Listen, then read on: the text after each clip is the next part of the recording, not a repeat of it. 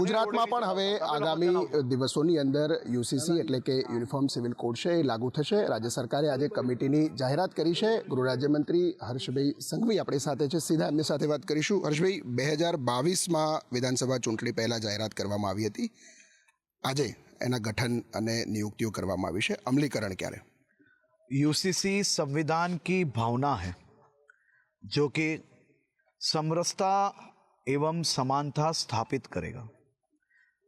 गुजरात के सभी नागरिकों को एक समान हक मिले, उस दिशा में गुजरात के लोकप्रिय मुख्यमंत्री श्री भूपेंद्र भाई पटेल जी द्वारा एक महत्वपूर्ण निर्णय लिया गया है. यूसीसी लागू करने के लिए एक रिसर्च कमेटी का गठन किया गया है, जिसमें सुप्रीम कोर्ट के एक्स जस्टिस श्रीमती रंजनाबेन देसाई अध्यक्षता करेगी.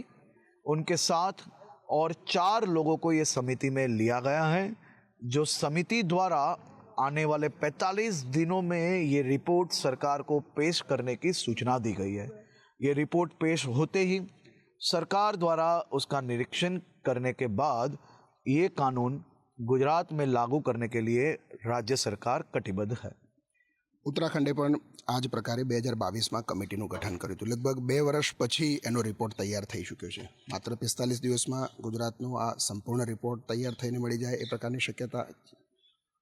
उत्तराखंड भारतीय जनता पार्टी की सरकार द्वारा देश में एक श्रेष्ठ मॉडल पेश किया गया है और मुझे पूर्ण विश्वास है कि ये टीम और उनके साथ सपोर्टिंग टीम हम बहुत बड़ी दे रहे हैं, जो आने वाले 45 दिनों में जरूर से सभी लोगों को साथ में रख के ये रिपोर्ट पेश करेगी.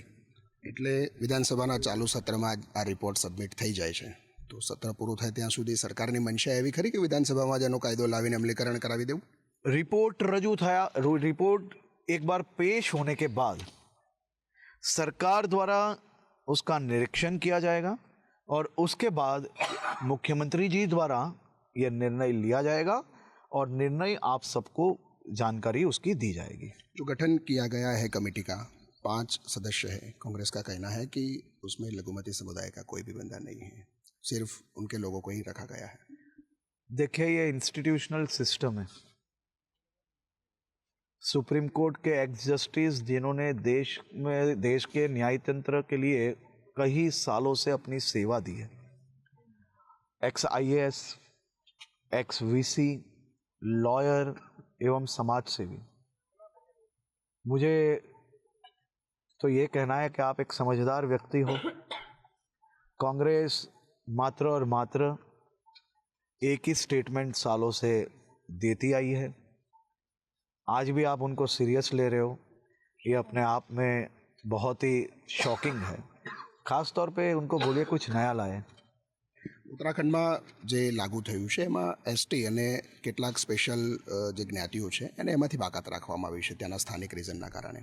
ગુજરાતમાં પણ એ પ્રકારની સ્થિતિ થશે કે એસટીના કાયદાઓ જે છે, એસસીના કાયદાઓ છે એને પણ ટચ કરવામાં આવશે કે? આમાં तो खूब इसमें बहुत ही क्लियर स्टेटमेंट देश के केंद्रीय गृह मंत्री जी द्वारा झारखंड में दिया गया है और ख़ास तौर पे उत्तराखंड उसका एक श्रेष्ठ मॉडल है.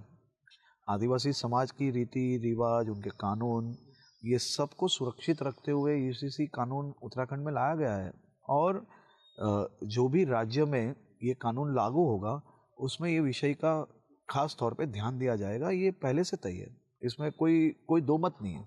સ્થાનિક સ્વરાજ્યની ચૂંટણીની આચારસંહિતા અમલમાં છે અને એ સમયે સરકારની આ જાહેરાત કેટલું લાભદાયી રાજકીય રીતે લાગે છે આને? ये सही तौर पे राजकीय विषय नहीं है.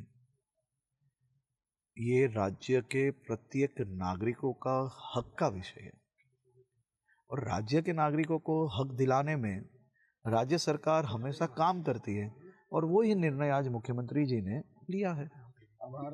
2022માં જે કમિટીની જાહેરાત કરવામાં આવી હતી અને એ જ કમિટીની ગઠન આજે સુપ્રીમ કોર્ટના નિવૃત્ત જસ્ટિસની આગેવાનીમાં કરવામાં આવી છે. 45 દિવસમાં રિપોર્ટ સબમિટ થશે અને ત્યાર પછી રાજ્ય સરકાર એનું અમલીકરણ કરશે. કેમેરામેન શાહર રબારી સાથે હિરન રાવલ, સંદેશ ન્યૂઝ, ગાંધીનગર.